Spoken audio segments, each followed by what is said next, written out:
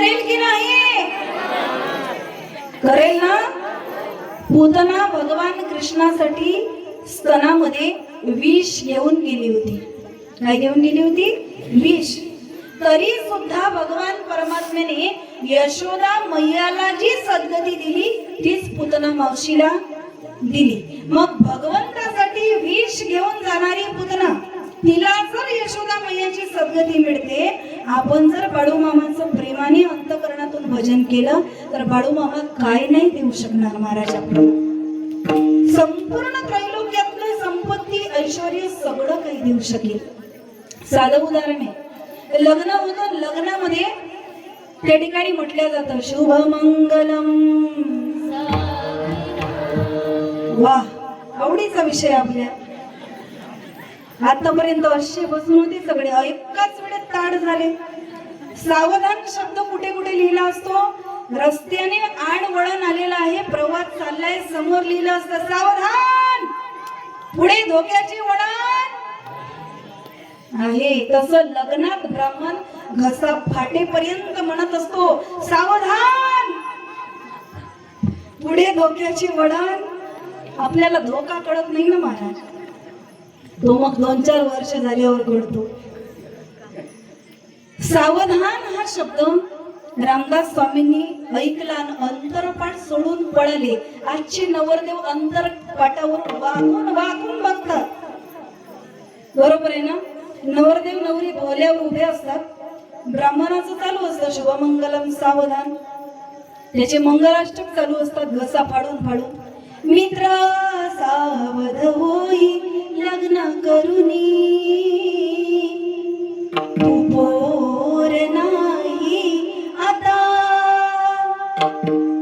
पण नवरदेव नवरी दोघेही बेसावध असतात. नवरीचं लक्ष तिच्या घागऱ्यात असतं आणि नवरदेवाचं लक्ष आगऱ्यात असतं, दोघेही बेसावध.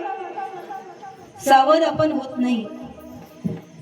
सावधान, पुढे धोक्याचे वळण आहे हे आपल्याला त्या ठिकाणी कळतं.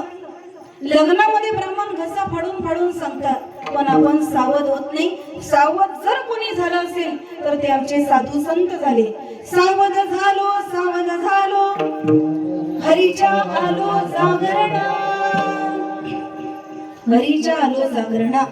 सावध जीवनामध्ये व्हायचंय.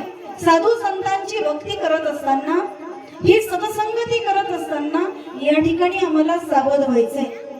त्या ठिकाणी कितीही वेळा सावधान शब्द आपण ऐकला, पण स्वतःच्या जीवनात जर आपण सावध झालो नाही तर आपल्या जीवनाला काही अर्थ राहत नाही. सत्संगतीचं महत्व अनन्य. कुसंगतीने जीवनाची हानी होते, विसंगतीने एकाचं चांगलं होतं तर दुसऱ्याचं वाईट होतं, पण सत्संगतीने दोघांच्याही जीवनाचं चांगलं होतं. तुकोबारायांना हाच प्रश्न विचारला गेला महाराज.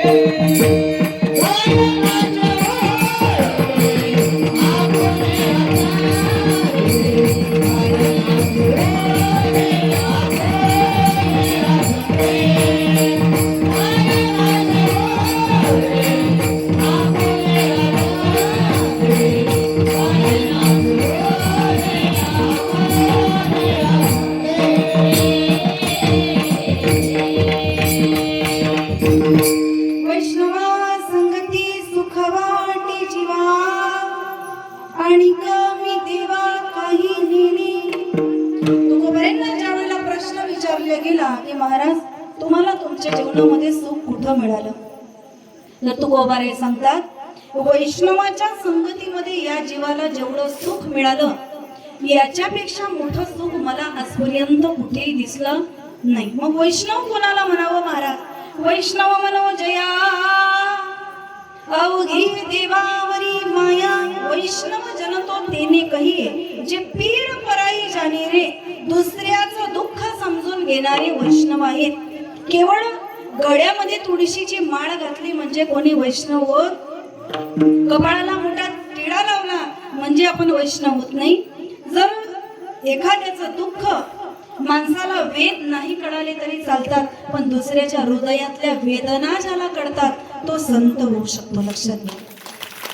हे वैष्णव कोण आहेत महाराज? हे वैष्णव आहे श्री संत बाळूमामा, ज्यांनी उभायुष्य गोर गरिबांचे दुखणे ऐकून घेतले, यांच्यासाठी झटले, यांच्यासाठी झिजले, यांच्यासाठी भिजले. अशा वैष्णवाच्या संगतीत तुकोबारायांना सुद्धा सुख मिळतं. या जगातले लौकिक सुख जे आहे त्या सुखाला या ठिकाणी किंमत नाही. साधू संतांनी जे सुख सांगितलंय ते सुख या ठिकाणी अलौकिक अशा पद्धतीचं सुख आहे जे साधू संतांच्या संगतीत मिळतं. साधू संतांच्या संगतीत गेल्यानंतर सुखाचे व्यवहारी सुख लाभ झाला. सुखच ज्या ठिकाणी मिळतं ते साधू संतांचं दुकान आहे. लक्षात घ्या. या जगात 3 प्रसिद्ध दुकाने, जीवाचं, देवाचं, संतांचं. जिथे केवळ आणि केवळ दुःख मिळतं ते जीवाचं दुकान आहे. ज्या दुकानात सुख आणि दुःख दोन्ही मिळतं ते देवाचं दुकान आहे. आणि ज्या दुकानात केवळ आणि केवळ सुख मिळतं ते दुकान संतांचं आहे. लक्षात घ्या. ते दुकान संतांचं. इथे सुखच मिळतं. मराठीची नगरी ब्रह्मविद्येचा सुकाडू करी, घेणे देणे सुखची वरी हो दे या जगा. अवघ्या जगाला ज्ञानोबारीने संसार स्वीकारला नाही, पण अवघाची संसार सुखाचा करीन.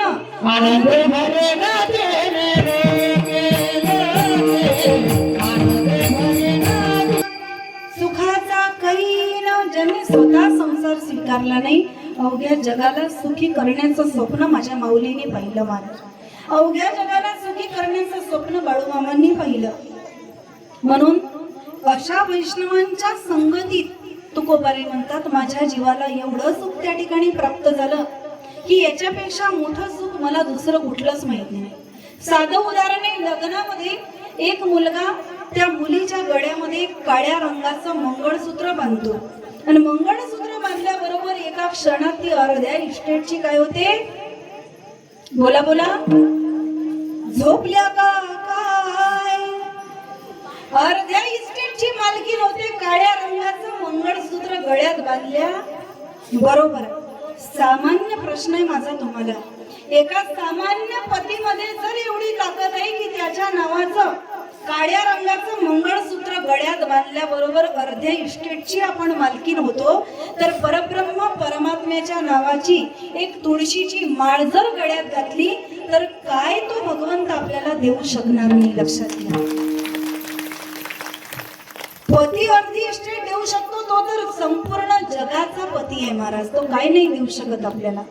अशा साधू संतांच्या संगतीत तुकोबाराय म्हणतात मला सुख मिळालं. हो तुकोबाराय, तुम्हाला एवढं सुख मिळालं, मग तुमची अवस्था काय झाली? अभंगाचं गायन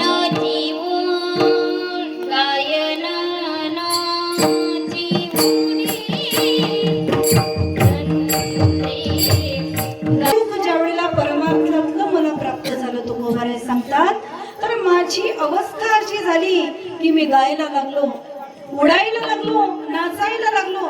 एखादा व्यक्ती असा तुम्ही पाहिला का ज्याच्या जीवनात खूप दुःख आलं आणि दुःखात तो उड्या मारतो?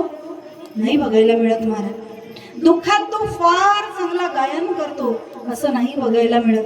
या आनंदाच्या अवस्था आहे. गाये, नाचे, उडे. आज 20 दिवस पर्यंत, 18 दिवस पर्यंत आळंदी ते पंढरपूर अनेक पालख्या गेल्या.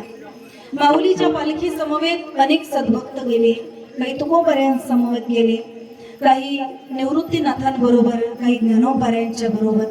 सर्व संतांच्या पालख्या, आदिशक्ती मुक्ताईची पालखी, सर्व पालख्या ज्या वेळेला गेल्या तर एवढ्या दिवसांमध्ये आपला घर परिवार नातेवाईक जीवनातलं सुख दुःख सगळे विसरले आणि सगळे एकाच गजरामध्ये त्या ठिकाणी तल्लीन झाले. ज्ञानोबा माऊली